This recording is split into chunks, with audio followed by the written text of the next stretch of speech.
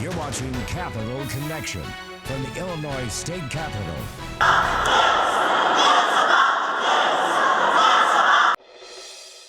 Welcome back. That was the sound of parents and students from across Illinois chanting outside of the House of Representatives this week, calling on lawmakers to save their scholarships. The Invest in Kids program is set to expire at the end of this year, and that means that there could be the end of a tax credit designed to help kids from all over the state attend private schools. Joining us now is Anthony Holter with Empower Illinois. Thank you so much for joining us. Well, a pleasure to be here this morning. So you have been fighting for this program to be extended now for months, but It's a tricky situation because we're talking about, in a roundabout way at least, public tax dollars going towards private schools, benefiting private schools. And lawmakers in this building have, especially some Democrats, have not been on board with this proposal. What has this been like trying to extend this program, and were you expecting it to be this difficult? Yeah, no, I think we always knew that this day would come. The program was passed initially as a 5-year pilot program. We got a 1-year extension 2 years ago. So there was always this sense that this was a pilot program, a test, and it would need to be renewed. It would need affirmative action from the legislative body to continue.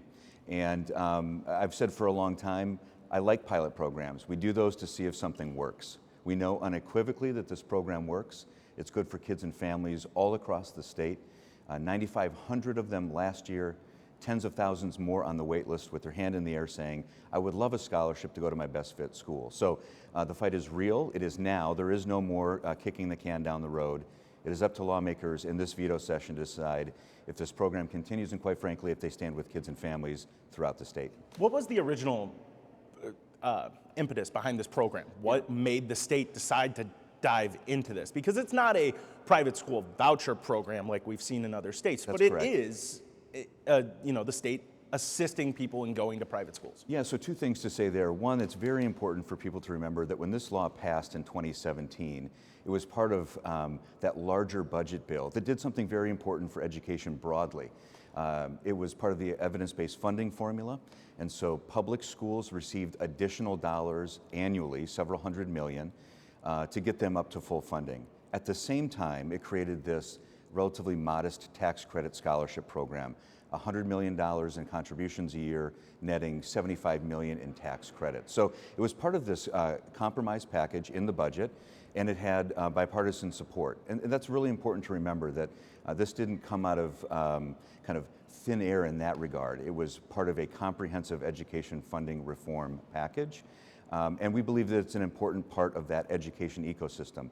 At Empower Illinois, and certainly our broad coalition, we wholeheartedly support the full funding of public education, and believe at the same time we can do this other thing, a tax credit scholarship program for kids and families who are looking for a best fit school outside of that public school system. So in the middle of veto session this first week, we saw a proposal from Democrats in the House of Representatives that would extend this program with some pretty steep cuts. I would say there's a lowering of the total amount of money that can go to the program. There's a lowering to the tax credit that's made available. Where do you stand on that proposal? Is that something you guys are on board with? Yeah, so absolutely on board with that. And what I would say is the cuts that you mentioned are steep, and they are deeper than I think anyone would want. But we believe that they're necessary and responsive to the concerns we've heard from legislative leadership to address those items to ultimately extend this program. And that's where I would redirect focus. There's a lot of talk about credits and dollars, and this is it state funding of private schools? We can have those debates, certainly. That's not the mechanism we have. But squarely in the center of all this, the most important constituent here are kids and families. And so while those cuts are steep and drastic, if they lead to the extension of the program so that these kids can continue their education, don't have to disrupt their education in the middle of their educational journey, we're for it. And that was what was going to happen next school year, correct? The program's set to expire at the end of 2023. Yes. But the next school year is when those scholars... This was tricky too, because it's not necessarily that the scholarships were going away, it was that the tax credit for the donors was going to go away. And was there a real worry that people were just going to outright stop donating to these programs because of that. Yes, so the timelines for this program are a little complicated because we deal on a calendar year for the credits and on an academic year for the scholarships. So right now we're issuing scholarships for the 2023-2024 school year. We'll continue doing that through the end of the year. So families who have received a scholarship can continue to receive one till the end of this school year. But then, you know, come September of 2024, when they look to return to that school, these scholarships won't be available because the credit has expired.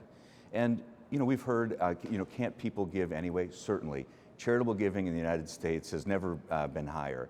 And many people are incredibly generous through this program and outside of it to scholarship programs.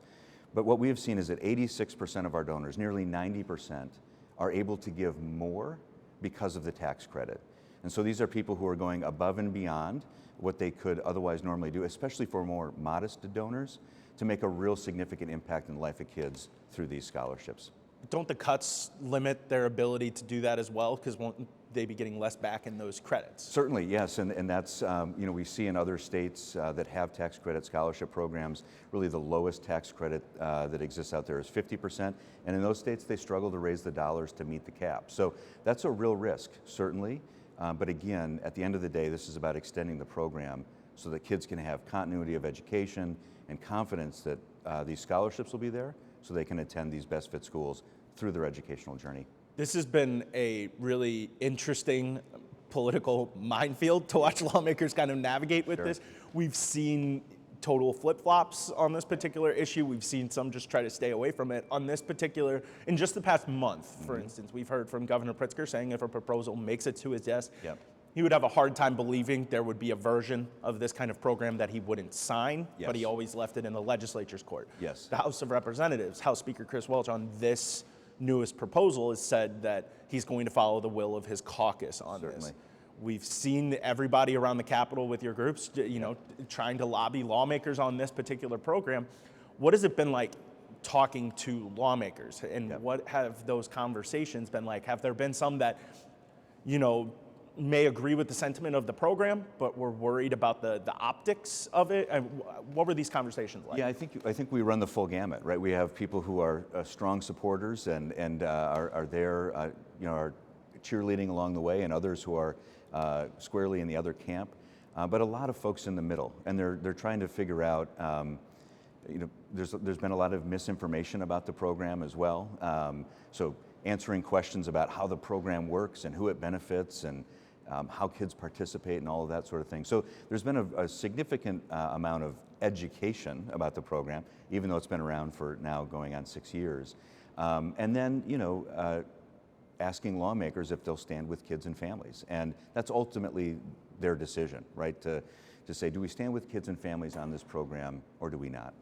We've seen this also, this big conversation about as the state has ramped up funding for public education, that the public education system in Illinois is in a much better place than it was 6 years ago. And there's not this growing need to, or, you know, it's not necessary to direct some kids to public schools in that way. Is that, or to private schools in that way, I'm sorry.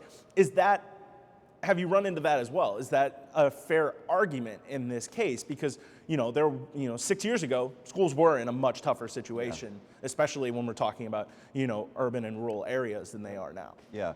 So, you know, our belief would be that we believe all kids should have access to their best fit school. And if that's a traditional public school, that's great.